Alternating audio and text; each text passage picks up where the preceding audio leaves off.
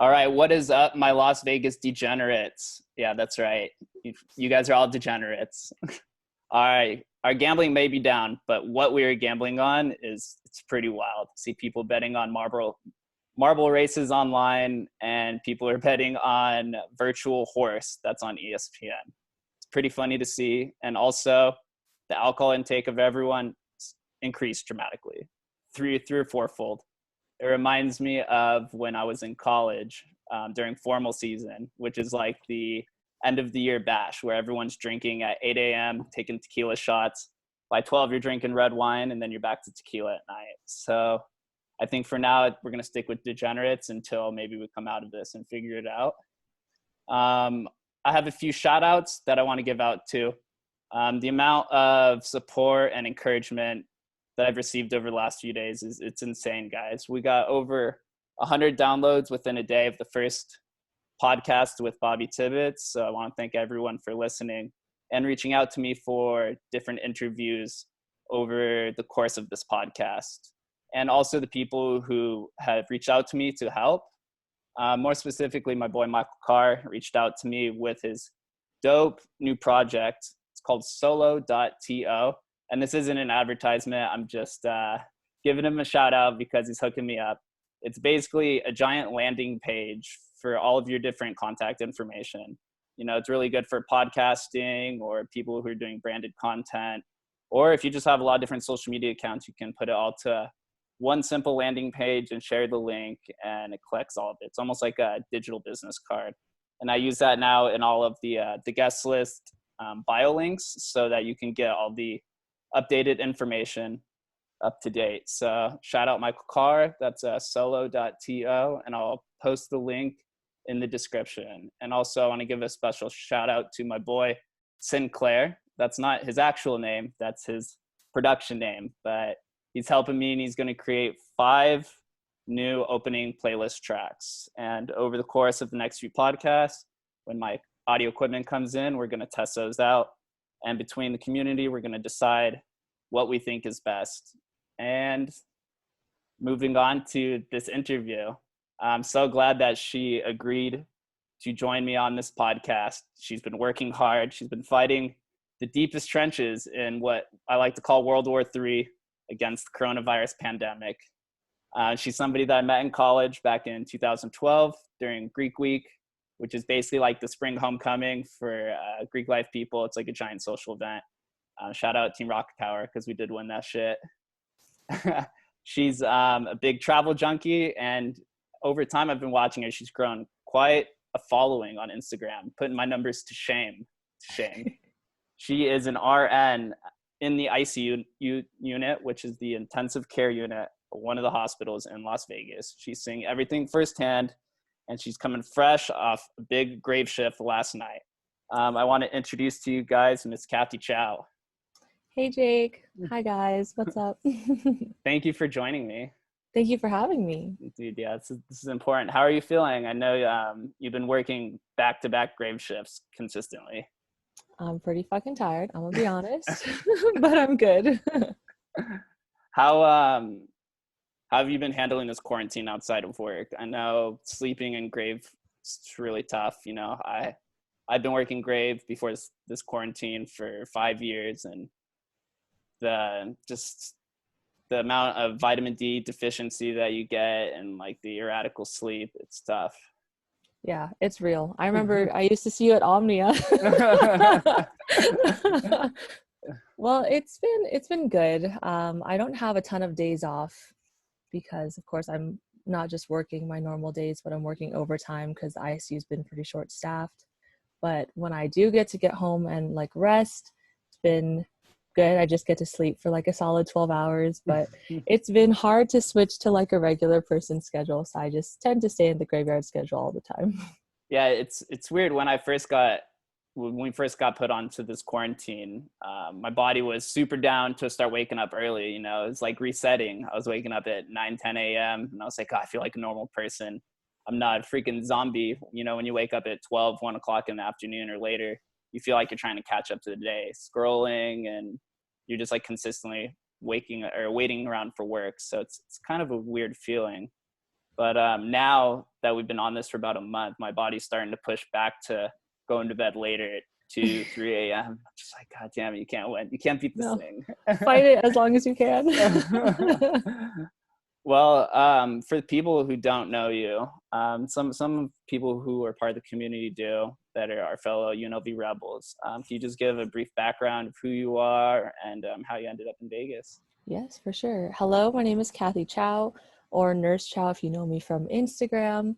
And thank you, Jake, for the lovely introduction. Yes, we've known each other for a while, which is really crazy to say. I'm 26, so I moved to Vegas when I was 6 years old. So I'm from Northern California originally, but Vegas local ever since. And I'm an ICU nurse at a hospital in Las Vegas. And up until the whole coronavirus pandemic, I was traveling the world every 2 weeks for the last year. So huge travel junkie. So do you feel a little trapped now that you're stuck here?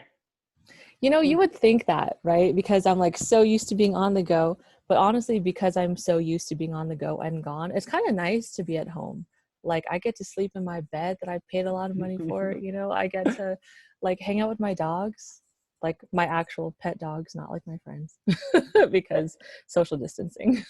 Yeah, they say the dogs are the real winners here in this pandemic because they get to hang out with all their best friends and they get walked around all day. Yes, Like, amen. you can't lose. How do you become an ICU nurse once you graduate? Do you have to work your way up to that, or do you just dive right into it? So it happens a few different ways. I was lucky enough to get a new graduate ICU position as soon as I graduated from UNLV, but that's pretty rare. They don't take in that many new grads to the ICU just because of the fast-paced environment, and it's just a little bit overwhelming sometimes for new grads. Same with the ER. You can go to the ER as a new grad, but it just doesn't happen as frequently as other areas of nursing. Or you can, quote unquote, work your way up, or just switch specialties. So you can start as like a nurse on the floors or a nurse in intermediate care, which is step down ICU, work there for 6 months is our minimum at my hospital, and then request a transfer. And if that's accepted, then you can start in the ICU. So there's definitely a few different measures, but you got lucky. Yes, very Um, lucky. my last guest, Bobby Tibbetts, is an ER nurse. Can you explain the differences between ER and ICU?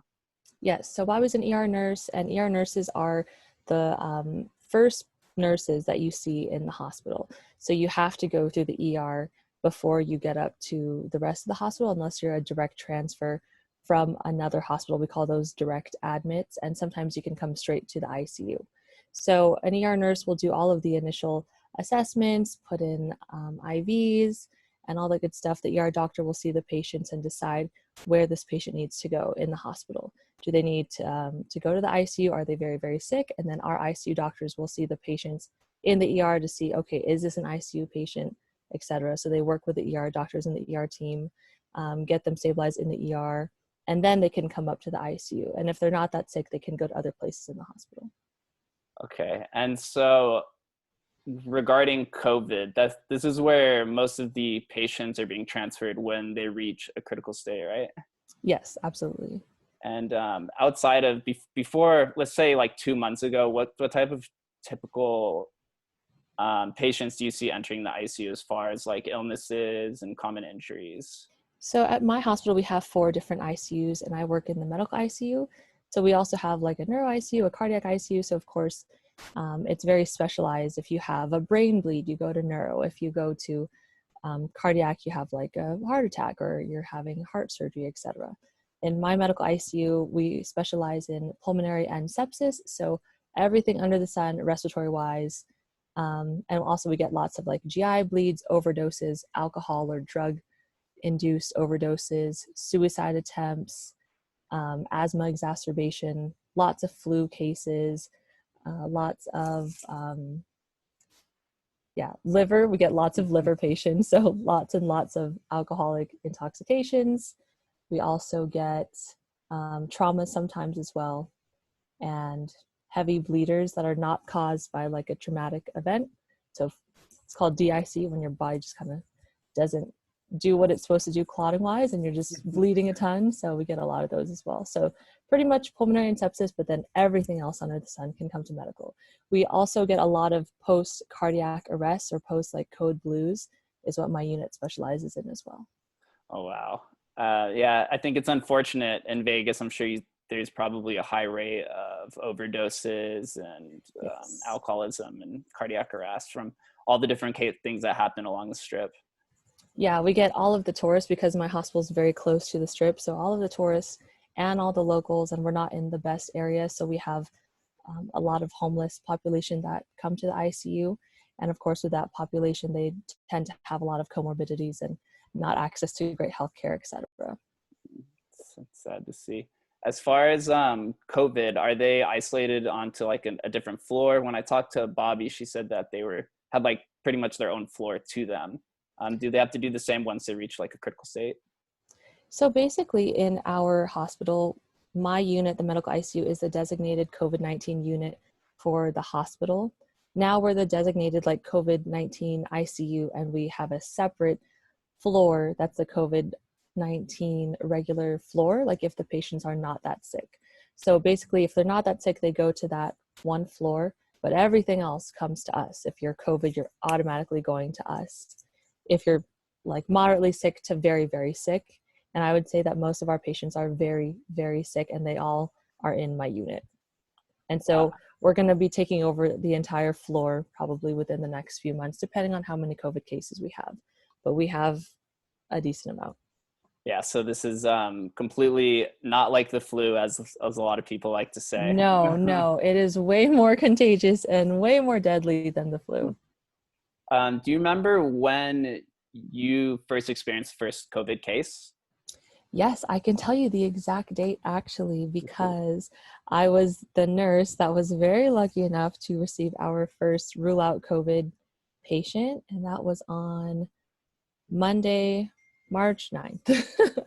Wow. So so it's been going on six weeks now. Yes. Were you guys prepared for that kind of situation, or were you kind of caught off guard and nobody was really sure of what was happening? You know, I think with anything new, you don't really know what to do at first. My unit was pretty decently prepared because, of course, we saw all the news from China, from Washington, and from New York, so we could kind of prepare ourselves a little bit. And so we just went over the proper process of how to put on our PPE per the CDC guidelines, how to take it off. And now we're much better at it. Of course, when you're first starting, it's all new and you just forget some steps, but now we're much better at it. Although that same day we had our very first emergency situation with another rule out COVID patient, and it was a mess. Like, thankfully that patient ended up being negative, but they came up super unstable from the ER. They were coding in the hallway because they were shouting for help when they brought the patient up, and it was just a mess. And we didn't have like enough equipment for everyone to be helping with the code, because we're not used to limiting the amount of people that are in a code, which we have to do because of COVID to limit the exposure to the healthcare workers. But of course, like the ICU is such a team environment. Like if one person needs help, everyone just jumps in to help in an emergency situation. So that was something that we had to readjust. But that patient ended up being negative, so thankfully it was okay. Thankfully, I'm glad for that for that patient to be able to make it out. Yeah, I've been seeing. Oh, I'm sorry. It's okay. He didn't make it, unfortunately. He was very sick because of other reasons. But yeah, he was very, very sick. I think he had a heart attack. Oh, it's unfortunate. I misunderstood. No, you're totally fine. I have been seeing though, over different states, a bunch of hospitals and ICU, and it's banding together, and people are basically helping out all over, where people are just kind of, doctors are going out of place into different rooms, and everyone just has to band together because this is something that we've never seen. Do you guys have like a similar situation? For sure. So we want to limit our exposure to all of the healthcare workers that work in the hospital. That's not limited to nurses and doctors. That's respiratory therapists, that's phlebotomists, that's EVS, or the people that do housekeeping in the hospital. And so besides the nurses, the doctors, the phlebotomists, the respiratory therapists, and the physical therapist, beyond those people, not a ton of people are really allowed in the room. Sometimes speech therapists and some other case managers, but EVS, they do not go into the room unless the patient is taken out. And so during their entire time, the nurses, like, we take out all the trash, the linens, anything that has to be cleaned, replacing the soap, the hand sanitizer, everything, so that they don't have to go in, and we can limit the amount of people that have to go into the room. Because of course we have to go in. And so we just are putting on a bunch of different hats, and we draw a lot of labs as well, and to cut down on phlebotomy going in there as well. So it's been a big team effort. I'm glad to hear that. Yeah, your last IG post, I saw you were. It looks like you were in this like giant like bio med suit. I know, I look like an astronaut. I mean, you guys have to protect yourself in all measures. When I'm curious, when a COVID patient is admitted, how long do they generally stay within that ICU unit before they are released? We had, I think, our very first COVID discharge just a few days ago, and I think that was a discharge to home rather than like going downgraded to another floor and then they get better before they are finally discharged to home. So we had our first one a couple days ago, which is a huge win because she was very sick and now she's doing much better. And how long they stay with us really just depends on how sick they are. The unfortunate reality is most of them that are very sick have not made it out of the ICU or out of the hospital yet. That's not to say that they haven't recovered. We have lost a decent amount to COVID. Unfortunately, they've just been very sick. And the progression of the virus really just depends on how that patient's immune system is reacting to the virus. So that could be anywhere between a couple of hours, a couple of days, a week, 2 weeks. For my patient that was discharged to home, she was in ICU, I think, for about 2 weeks. Wow. Yeah, I see. It seems that the virus seems to mutate and it affects people differently. That's kind of what creates the panic and the worry from everyone. And it seems that there some of the pre-existing conditions that happens is it's more catered towards the older generation. Do you see any other common pre-existing conditions or commonalities between patients? I would say that majority of COVID patients, it's not just at my hospital, but around the world, have been predominantly male. And also I see most commonly with our patients, diabetes and something cardiac related, whether that's hypertension or maybe cardiac stents, something along those lines, or maybe CAD, like hyperlipidemia. I will see those a lot. Those are two big contributing factors. However, I will see patients that are like, we just had a 27-year-old, pretty healthy patient with, of course, no medical history, and she had to go onto the ventilator. And so this virus really has no rhyme or reason in terms of who it chooses and how it affects that person. Of course, like we talked about, it will affect some more than others, but it is a big misconception that just because you're healthy, that you are immune to this. You are absolutely not, unfortunately. Wow. And when a patient's hooked up to the ventilator, what's kind of the process that happens after that? So this is actually something that we are learning about as well in terms of when we should intubate. Intubate is the term of when we put down the breathing tube, and that's the airway. When a patient is maybe not able to breathe very well on their own, they're not oxygenating well enough, so they need that additional oxygen support.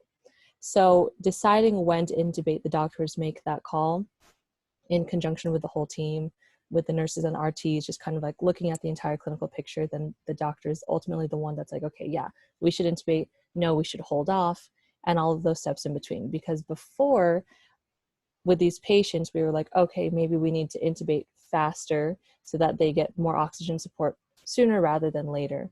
But now they're finding that I think the mortality rate for a COVID patient on the ventilator is about 80%. And so now they're trying to kind of like not put them on the ventilator right away. And they want to have them ride at a little bit of a lower oxygen saturation. So a lower oxygen level, of course, nothing super dangerous, but lower, and see how long they can tolerate that. See if we can try other oxygen delivery devices, if they can come up that way, even if they are aerosolizing, which spreads the droplets more. And then if they don't fly with that, then we'll put the breathing tube in. So Wow. once the breathing tube is in, you're hooked up to the ventilator, and depending on how sick the patient is and how their lungs are doing, your settings could be pretty minimal or pretty advanced. And we've also been putting on nitric oxide, and that's something to help vasodilate the lungs, just to help you breathe better, essentially. I'm not an RT, so I can't go into super great detail about that, but I know that it helps you breathe better, and there's vasodilation somewhere. And also something that we call paralytics, and that's basically like your lungs are just so stiff, and so it like knocks out everything, like all your muscles. Like you cannot really you can't move anything because you're paralyzed. And so we make sure that they're sedated and on those paralytics so that they're not fighting against the ventilator, or like their body's not asynchronous with the vent, etc., which we've had to do with a lot of patients because they are just so sick. Yeah, I'm sure too, when people get put in this kind of state, their body just goes through panic and shock, and it just reacts erratically. And I have seen too that some patients have to be put into an induced coma to help them to breathe. Yeah, pretty much all of our patients. That's Because it's quite uncomfortable to have the breathing tube. It's, of course, your first instinct. You want to rip that sucker out. You do not want it in, even though it's sustaining your own life. But that's just our first instinct to do that. And so we have to basically sedate them so that they can be calm on the ventilator, let the ventilator do its thing, heal their bodies from the inside out, and then hopefully put them in like sleepy time so that they can get through this as easily and painlessly as possible. And are there any other type of treatments outside of a ventilator? I know the big misconception spread between politicians and different local officials is hydrochloroquine and I think it's zithromycin. Excuse me if I mispronounce that, or Z-Pak. Do you guys use that administration, or do you guys have a different belief about it? So another med that we've been using is Plaquenil. Is that the same Plaquenil? Yeah, so that's the brand name of hydroxychloroquine. Chloroquine, yeah. So yeah, so we use Plaquenil, and then also azithromycin. We use both of those. And I think our doctors probably use like another med, but with our patients that are on the ventilator or off the ventilator, I'm pretty sure they use it for both. Yeah, I'm glad to hear there's at least a few different medical treatments. And I do remember when the breakout first happened, a lot of the Eastern Asian countries were administering hydrochloroquine in combination with the Z-Paks, and it seemed to be pretty effective. And then I think somewhere when it traveled outside of there, there's just a huge mix up on if it was effective, if it wasn't, and all the different politics that are behind the different medical and pharmaceutical companies. It's a shame, but I do hear more often that it is effective rather than it not being effective. You know, it varies definitely per like infectious disease doctor, per pulmonologist, whoever's ordering that medicine, because they're doing studies. Is this medication effective or not? But then also your dosages and how many days that you're putting the patient on that medication will also make like changes in the controlled study. And so we can be doing a certain dosage, but a different hospital for a different patient doing like a different dosage could affect that patient differently. So it's kind of hard to say for sure that this is working for everybody, of course, because everyone's different and everyone is using the drug a little bit differently. But for the most part, I mean, I think we've been seeing good results.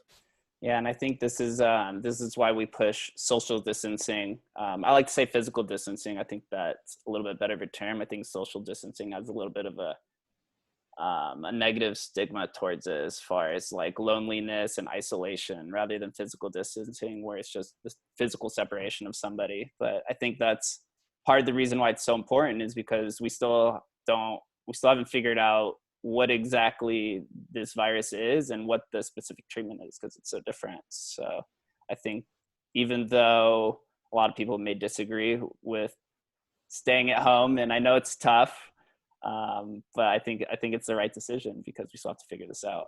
Absolutely. It's interesting. Have you seen any different changes within the hospital over this time, as far as like different security measures that have ramped up, different guidelines, kind of a different morale maybe? Yeah, absolutely. So when I go into the hospital, all employees must go between only two entrances we have a children's hospital, so on the children's hospital side and then one on the main side. And when you come in, they have to take your temperature. And if you have a fever, you're not allowed to come in to work, of course. So after they take your fever, then you can go to your respective units. Now we're asked to arrive earlier because we change into surgical scrubs so that we are not, bringing the virus home with us, hopefully. So we change into separate scrubs at the hospital, then change into our other clothes before we leave, and then leave those dirty scrubs at the hospital. So that's one measure. And then what else? In terms of security, we're also only allowed to exit out of one area, and then security kind of guards the other areas. And if you're naughty, they'll yell at you. I've been bad. I've accidentally forgotten. I'm like, oh my gosh, I'm so sorry. Then they yell at me. I'm like, please don't yell at me. I'm tired. I think the temperature reading is going to be something that stays within just traditional guidelines anywhere. I think it'll be something that's probably implemented within airports. I know the casinos were looking into it before they closed down. I think it's just somewhat of a standard that should probably be implemented for the long haul. Yeah, it's going to be interesting because I was speaking with my infectious disease doctor, and he was saying that this is something that can likely come back kind of like the flu, like it kind of comes like seasonal or in waves. So they were saying that people might have to do some degree of like social distancing or physical distancing probably to like 2022 or 2023. It's almost terrifying to hear, but I think now that we've gone through it, we are aware that we can shut down the economy or the world if we need to. And now since it's happened once, I think people will be more receptive towards it a second time. I mean, outside of economical conditions and what your beliefs are, as far as just from a public health standpoint, it's something that we know can be done if the requirements are needed. Right, which I think that it probably will be again. I don't know if it was Hong Kong or a different country where they had the initial lockdown and then they loosened it. They're like, okay, our cases are getting better. They kind of let people go out. And then of course they saw like a surge in cases, which is bound to happen when you let people interact with each other again. And we have no vaccine, of course. And so I think they had to place limitations on people again, probably not as strict as before, but they did have to see that again. And that could likely happen in America as well. And I wanted, before we move on, to touch on just how different the hospital is now, because like the ICU is really busy. Of course, the ER is very busy. Our step-down ICU is also busy, but everywhere else in the hospital is dead. And that's why if you see nurses being furloughed or like pay cuts in the hospital, it's because of that reason, because they've canceled all elective surgeries. Everyone's trying to stay home, and so no one comes into the hospital for basic stuff anymore, which they used to. And so the ER, it's sometimes low volume, high acuity, depends where you are in the country. Of course, New York, California, it's high volume, high acuity, but in Vegas it depends on the day, but sometimes they're really busy, sometimes not, but their patients, if they're COVID, are really, really heavy. And everywhere else, I know a lot of nurses, like in the floors, are at home on what they call pandemic pay. So they're earning 70% of their pay, but they're at home because there are not enough patients in the hospital. Yeah, I think that's just it's a byproduct of people staying home, and there's less injuries are happening. People aren't out on the strip messing around, making dumb decisions. Less fights, and I have actually saw too that the number of flu cases around the world has actually decreased because of the physical distancing, and a lot of flu is caught, they said, through just handshakes and coughing, and now you see a lot of people wearing face masks. And I know in Asian countries, I believe in Hong Kong it's a requirement now to travel around with a face mask. Oh, I believe that. And I know, who is it? The CDC, they recommend it. And when you go out, you see some people with a face mask, you see some people not. Do you think the face mask trend will continue from here? I know Do you the think CDC, they were saying that they want everyone to have some kind of face covering, whether that's a scarf, a bandana, if you want to look super cool, or the homemade face mask. Of course, not like the surgical face mask or the N95s, because they want those to be reserved for healthcare workers that are literally this many inches away from a COVID-19 patient's face, which is me most often. I think that it will last for at least a couple of months, at least, yeah, in America, because in Asia, my family lives in Taiwan, and I've traveled all throughout Asia. It's very common, like in China, Hong Kong, and places like that, to everyone is wearing those surgical masks. Like they've been doing that for years. And it's almost like a courtesy to wear it so that you don't infect other people. And when you don't wear it, I think people kind of look at you strange, like, why aren't you wearing it? Yeah, It's also a pollution thing, because pollution there is so bad, but it's like dual benefit. Yeah, it's because the face mask, you're protecting others from you, essentially, is Correct. what it does. So people, you don't see them with the face mask, people are just like, oh, like I don't want to be near you. I do think just something I've noticed, I think face masks are going to become the next fashion trend. You start seeing it. I don't know if you watch Westworld, but in Westworld, it takes place in like a futuristic society from 50 to 100 years from now. And in the background, people are wearing face masks, just generally walking through the show, like when people are walking out in the city. So I think that's something that at least a lot of TV experts, you can say, or show like futurists, are saying that trend will also play out into the future. So it's I guess I need to start designing one so I could get a side hustle going. I've seen some people already posting on Instagram selling their own custom made ones with different animals. Or the ravers, they've been ahead of the game. Oh, for a while. We've been ahead of the game for a while. So as I said, I walk around with a little like skull face mask one that I had. Because I don't have a professional one yet. But it's something that I do think will end up staying here for a while. And I did have a few more questions. As far as the spread of the virus, do you know if it spread more easily through the air or through a surface? So I know there's lots of debate, like, is it droplet? Is it airborne, etc.? I know that the WHO has officially said that it is droplet, although I have seen another study where they took samples of the air where no patient was coughing. This was in the hospital. No patient was coughing. There were no aerosolizing procedures. And I think the air sample was 70% with COVID. Wow. So I wouldn't necessarily trust that it's just droplet.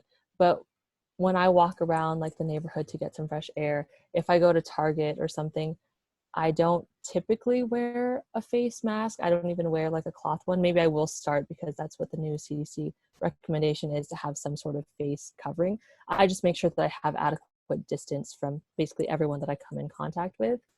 So I don't feel like I'm super paranoid when I'm just living my normal life. But when I'm in the hospital, I 100% believe that that stuff is in the air. Yeah, I do remember reading when this first happened back in about a month ago. There's a study I was reading that was saying that the virus travels more easily in colder conditions and when it's in an insulated area like a house or an office or something like that. So I think that, like the governor, they let people go out on hiking activities because there might be like a typical seasonality towards this virus, just like many flus, where it's less contagious in hotter temperatures. Do you know in your area if they have heard anything about a seasonality for this? I was asking my ID doctor what his thoughts are in terms of, will this die down in summer because of the weather? Because they were saying it likes the cold, like you said, it likes the dry.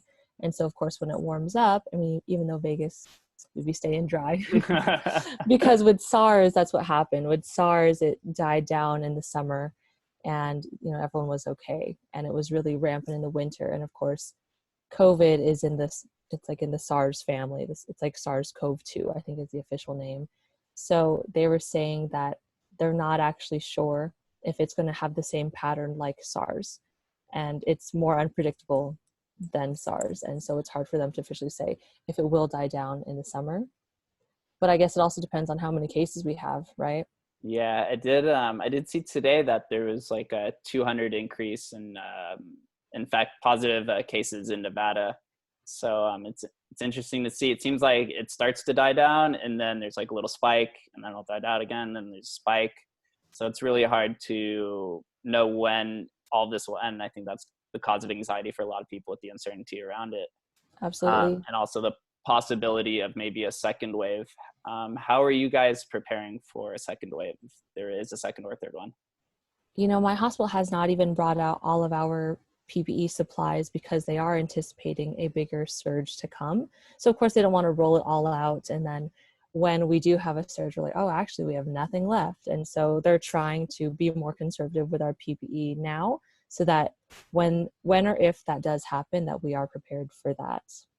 So it's smart to be ahead, because I know looking back at historical data, not to fearmonger people, but I know in the Spanish flu, there was a second and a third wave, and the second was actually larger than the first one. So it's really tough because, you know, it's 100 years ago, and our technology in the medical field is vastly more superior now, but the human characteristics are probably the same. If not worse. Yeah. That's funny. So, you know, I got through most of my questions. Obviously, the big question everyone wants to hear, in your opinion, where on the curve, because you've been fighting this firsthand since day one up front, do you think we're still going up this curve that everyone talks about? Have we done have we done a good job at flattening it in Las Vegas? And what do you see over, I guess, the next few weeks? I would say Vegas, we're really lucky that we have enough space for everyone to live, that we're not living right on top of each other and in such close proximity like New York.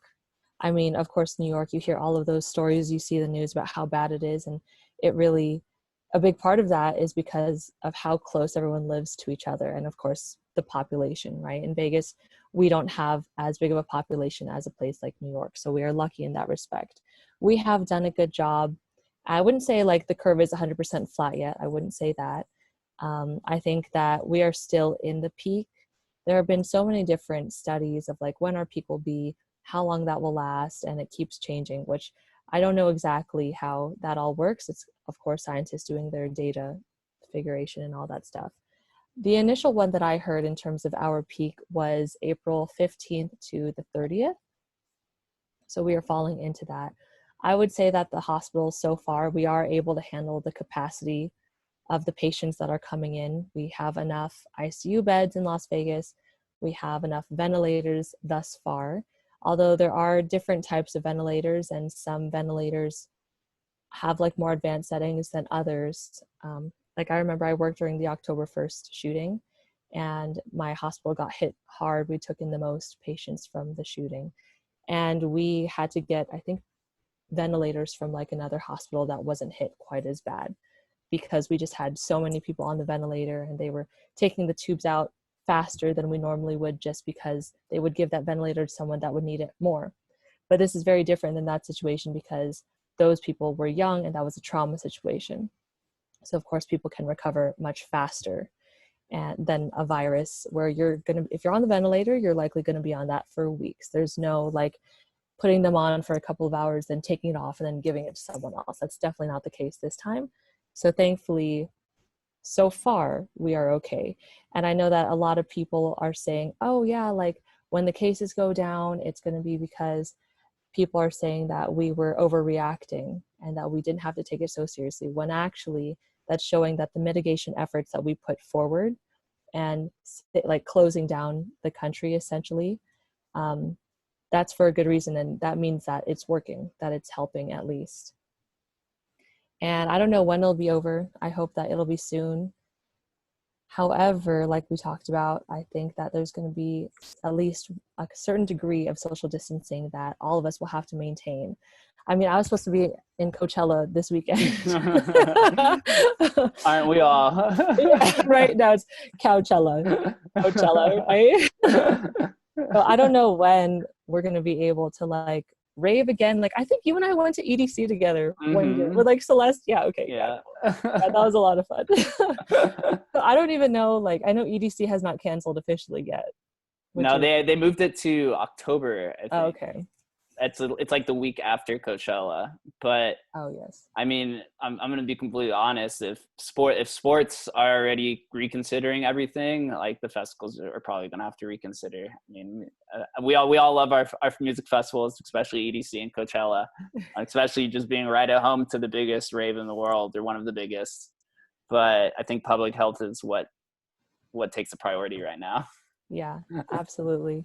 So we'll see how long that lasts. I think that even when they clear for us to go back into the wild, that is the regular public, I don't even think that I'll be traveling quite as frequently as I used to, just out of like safety. And I also worry that if I get sick while I'm traveling, then of course, like I can't work. Like not only will I be sick, I mean, yeah, being sick sucks, dying would suck, but also if I don't have that bad of a case, then that means that I couldn't work. And like, I just would feel so bad about not being able to work, not just because of the strain that it puts on my coworkers, but because I feel like that's where I'm supposed to be right now. And so I'm trying to take extra precautions and really not see anybody so that I stay in like the most optimal like working condition, I would say. Yeah, and if they do continue on with the temperature readings, if you're in a different country and you get a positive test for COVID or something, you're basically stuck in that country for a few weeks Yeah, in a that would suck. in a foreign land. So, Although would that suck? I don't know. You could leave Greece or Thailand. I wouldn't be mad. so I'm curious, and I don't want to touch on a sore topic to Vegas, but you did say that you were a first responder for the October 1 shooting. Can you just give me just a brief explanation? Because I know a lot of people are probably interested since you brought the topic up. Just kind of like how that scene was, and is it vastly different compared to now, or what's your opinion on it? So for that night, I wasn't actually working. I was taking a nap, even though it was like 9 or 10 p.m. Don't judge me, because my sister was in town from London. And so her and I were napping, and then I get this call from one of my best friends who was working, and she was like, you know, are you okay? And I'm like, what are you talking about? Because of course I wasn't watching the news. So then she told me, and so as soon as she told me, I just started getting dressed and like, you know, I'm like, I'm going into work, because they still had to okay if we can come into the hospital or not at that point before it got really bad. Then of course it was like, okay, yeah, all hands on deck, because of course from a cost perspective, it's like you need to have X amount of people on the scene. Like, do you need those extra hands? Sometimes you do, sometimes you don't. And so we definitely did. So I went into work, and it was crazy. So we have a trauma ICU, so a lot of the traumas went there, but because there were so many patients, they went to every single ICU. And so we had a lot of those patients for weeks. And it's very different from this situation. So I remember with October 1st, I walked through the ER and there was blood smeared all over the floor, just like footprints and blood. And of course, like EVS is trying their best to clean it, but they could not clean it at a fast enough rate as to how much blood was just like pouring out of these patients that were lying pretty much lifelessly in all of these gurneys. And you just see young people for the most part, I mean people of every age, but young people for the most part in like shorts and like crop tops and like cowboy boots and all this stuff. And then you just see bullet wounds like in their arm, in like their leg, in their back. And you just see, of course, all the non-critical cases, like if it didn't hit a vital organ in the body, of course those are taken straight surgery. Everyone's just lined up in the ER. And so everyone's kind of running everywhere. But thankfully, like we had a good ER doctor that created like a pretty organized system that had patients being seen very quickly, and just triaging went very, very well. But people would come in with like a truck bed and then bring in a bunch of patients. And so like the transporters are helping to bring those people in. And it's just like, it was just a mess. And then that's the scenario I was talking about where we had a patient that was ventilated for like a little bit, but we needed the ventilator for another patient. And so we had to take out the tube for that one. And so I work in ICU, so I don't normally work in the ER, but I was floated down to the ER for a little bit, of course, to help out with the busyness there. Then once we were getting more ICU patients, I went back up to the ICU to take our patients there.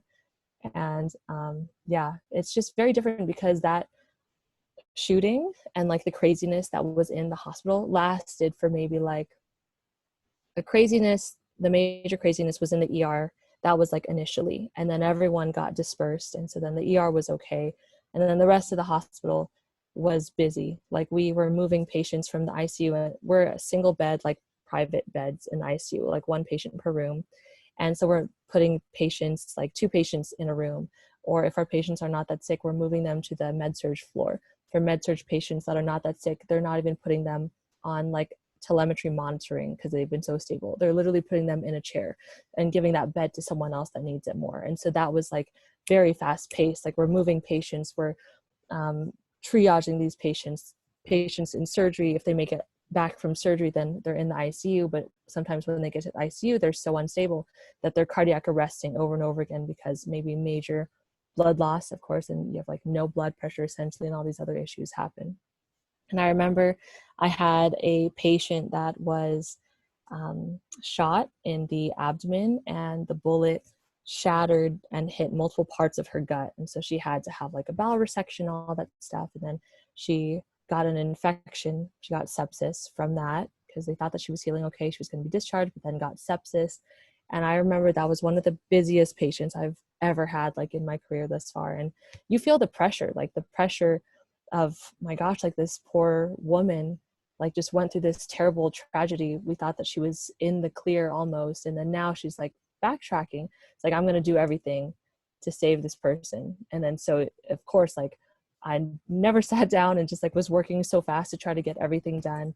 And she ended up being okay. And she actually came back to the hospital a year later to like thank the people that helped her survive, because she, her husband is like a big police chief in somewhere in California, and she was a police officer as well. So she was just really grateful to all the first responders in Vegas. But yeah, it's very different because when those patients cleared out, we still had our like regular patients and the regular pace of the hospital, rather than being so cramped all at like one time and the surge happening all at once. But then since most people were healthy, you know, or unfortunately they passed pretty quickly, you know, everything kind of dissipated, and then we were okay after that. It's very different because now all other parts of the hospital are empty. And then for the parts that are full, they're really, really, really sick, and they're more like chronically sick. And we're going to be having these patients for quite some time. It's not like an easy fix, like ventilate them for a few days, you know, take out the bullet and they're okay. It's just like a flesh wound or something like that. Now this is like affecting their lungs, which you need obviously to live. And so that is just so messed up. That's pretty much where the virus will attack you the hardest, is there. I mean, not to say it's just the lungs, it's also like your kidneys, it's your liver, etc. But your lungs are pretty big, pretty vital. And so until we get that fixed, like these patients are going to be here for a while. Wow. You seriously, you and all the medical staff, just bravery is incredible. And over the past, what is it, 2.5 years, our city has gone through, it's insane. But one thing I do notice is that the city bands together, just like the medical staff within your hospital. In time of a crisis, everyone bands together and is willing to go out of place, play out of position, and get the job done for whatever we need to. So I think from me and everyone that's listening, we just have to say thank you. Yeah, well, thank you guys for supporting us on the front lines. I know everyone has been trying to do their part, of course, to physically distance, since I know you don't like saying socially distance. Yeah, there we go. To physically distance, and also to support their front lines when they can. And that's been like the biggest thing. They've been feeding us at the hospital, which I'm very thankful for, because I'm a huge foodie and I'm sad that I don't get to eat at restaurants. And of course, like with these shifts, like you're just running and you're doing so much and you're wearing PPE and you're like sweaty, and I have a pimple right here because of, like the hairnet thing that I have to wear, plus like my helmet and my puffer, all these different things. And we just really appreciate the support and everyone being so kind to us during this time. And we're out here for you guys. So thank you guys for staying home, and we're trying to do our thing, and we're going to beat this thing. We can get through this together. That's one thing humanity does, is we will get through it all in time. Is there any other way the community can help you guys out? Obviously food's probably number one, or maybe some PPE. Yeah, I would say food and PPE are definitely the top two. I mean, I don't know a ton of people, of course. Like if I knew someone that was a hoarder, maybe we wouldn't be the best friends. So I don't really know anyone that has been hoarding PPE, because one, like those gowns that we use in the hospital are like kind of ugly, maybe not the sturdiest. So like, I don't really know where people even get that. But in terms of like N95s, like if you have N95, sure, like we would love that, or the unused surgical masks. And we're talking like the actual straight medical surgical masks. Like we would love those. If you could donate that to your local hospitals in need. You can ask me where you can donate that. I will not disclose where I work, of course, in a public area, but if you ask me personally and you want to donate, come through. You can message me anytime. come through, and also fam. food. Yes. All right, But I would say what's your favorite food? Oh man, your girl loves Italian and sushi, but also trying to like keep that waistline snatched, because if you have a higher BMI, we've noticed that like you will likely get intubated. So if you have COVID, so try to keep your weight down. Don't quarantine eat too hard. It's one thing in this quarantine. I said everyone's either going to come back a lot bigger because they just kind of gave up on what they want to do, or everyone's just on this giant cardio fix and you're come back entirely skinny. Yeah, I think you're on the cardio one because you were like doing your home workouts. I'm for sure like I wanted 2 tubs of Ben and Jerry's yesterday. So. Hey, you deserve it though. All right, before we go, I have some lighthearted exit questions I was going to ask you. Since face masks are probably going to continue to be the trend, who's the first designer company that comes out with a face mask? The first designer company that's capitalism doesn't sleep. Someone's gonna hop on this eventually. Oh my God. Okay, Gucci, Balenciaga, come through. If handshakes end up being replaced, what's the new greeting? I'd say a booty bump. Keep your face away from my face. Your ass can go near my ass. I support that. I haven't heard that yet. I like that. Since you have traveled, you said pretty much every 2 weeks for the last year, what are your top 3 travel destinations? Number 1 is Greece. Everyone thinks that Santorini, that there's like a bunch of hype. Y'all, the hype is real. Like the food is amazing. The people are super nice. And Greece is not as expensive as its like other European counterparts. Granted, Santorini itself is very expensive. I'm not talking about Santorini. That shit will set you back for sure. But if you go to other parts in Greece, it's much cheaper. So Greece is my number 1. I loved New Zealand. New Zealand was beautiful. I was just there in November with my little. We had the best time. And number 3, I would say, man, I loved Peru. Peru was amazing. That's one of the top places I want to head down to in South America. Next time we can all travel again. You got to see Machu Picchu for sure. Man, I'm into the historical travels. I'm all about hiking. I've been to Israel. We did a bunch of hiking, and that was one of my favorite sites I've been to out there. It's just waterfalls and the Dead Sea. The Dead Sea, yeah, that's quite funny. And they also say the Dead Sea products where you put on and you look like 10 years younger, you look like a kid again, and you're like, I'm super down, and then you buy everything, and the next day you just like look back to normal. You're just like, I did spend $100 on all this only last day. Super funny. What has this quarantine taught you about yourself? It has taught me that I probably should like home more and not just when we're adult grounded, like probably in my regular life, because I really do like feel way more productive now that I've been able to be home. Because normally when I'm physically home in Vegas and not traveling, I'm of course like catching up with family and friends.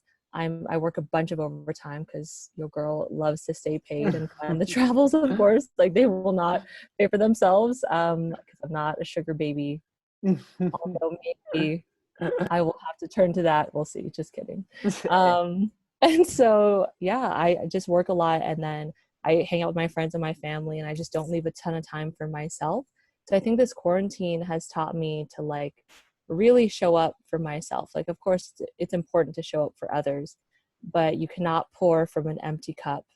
And so now I want to like start being more mindful about my like daily practices and, you know, do all the stuff that people talk about, like meditate and like yoga and stuff. You know, I want to be like a more like well-rounded person from the inside out. And I think that that starts with myself. And so that, and also making time to do things that I say I'm going to do, like we talked about before this started, is making time for my YouTube channel that I've been speaking into existence for the last year. Now that I'm home, I finally have the opportunity, and I'm making the opportunity to do this. So that is coming soon, and I'm very excited about it. Yes, I'm excited to see. I'm actually a big person in speaking it into existence too, because if you're somebody where your word is like very important to yourself, is if you keep telling people you're going to do something and you don't do it, then you're basically letting yourself down. So, Right. And now you've put it into the public, and I'm excited, you know, that I'll be your first subscriber. Yay. Thank you, Jake. I'm excited. And one last question.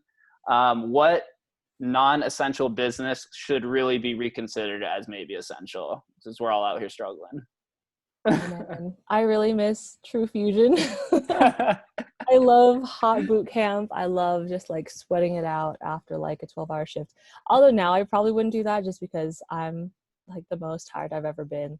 Like I pride myself on being able to work like 9 days straight and not really getting fazed by it, which I did do recently. I did that last month and I was okay. But then now, as these patients get more and more sick, and like I'm getting some serious like back pain from wearing our like respirators that like go around your waist, but then of course it's like weight on you that's like pulling on your spine, and doing that every day for like the last 6 weeks, of course, like it's just going to cause some wear and tear on the body.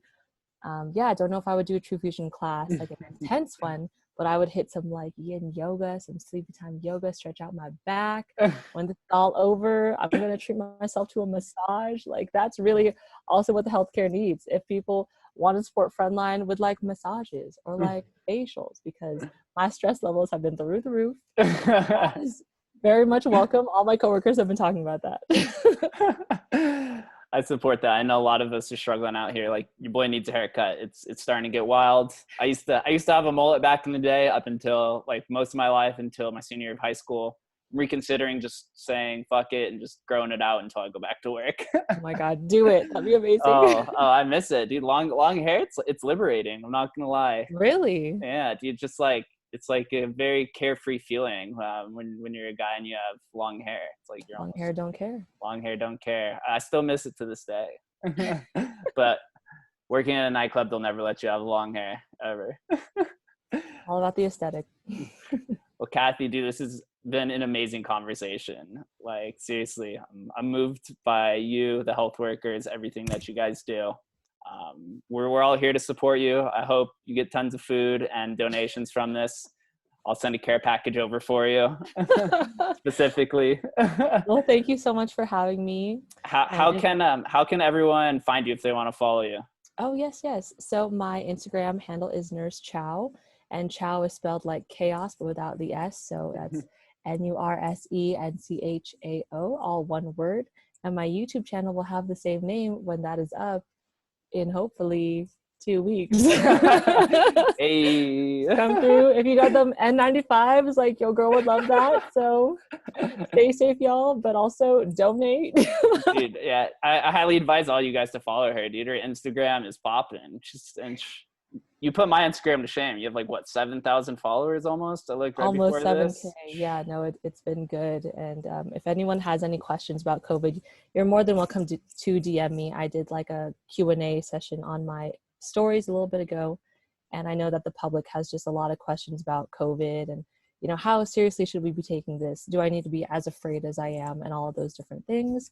If you just want to talk, I've been doing this thing where I'll send like a voice message, because I just get so many messages and I love all of them, but it's just very time consuming, of course, with like a regular job and starting a YouTube channel, and trying to do that self-care thing that people talk about or whatever. But now I'll just send like a voice message, so I could just like say it. I don't gotta type it. If you're like freaking out, be like, Cathy, please help me, like talk me out of my fears. I'll just send you a voice note like, hey, it's okay. It's gonna be okay. But like, stay your ass at home. Have your vitamin C, have Zoom calls and FaceTime calls with your friends, and it'll all be okay. I'll in time. I thank you again for this conversation. And right before we go off, I didn't say this last time, because I'm a little noob at this podcasting. So I want everyone to like, comment, and subscribe. Right now, I'm listed on 5 podcasting sites. Apple's still pending. I actually did get an email right before this saying that it should be approved within the day. So if you listen on Apple Podcasts, I know I'm an Apple Podcast guy. Tune in, like, comment, subscribe at the Guest List Pod, or if you're interested in me personally and you want to follow me, it's at Jake Gallen or at Jake Gallen _ on Twitter. This conversation was awesome. Thank you again, Cathy. And thank you, Jake. We will definitely, hopefully, blow this up and get a lot of word out. And we'll talk again soon. Yeah, absolutely. Thank you so much.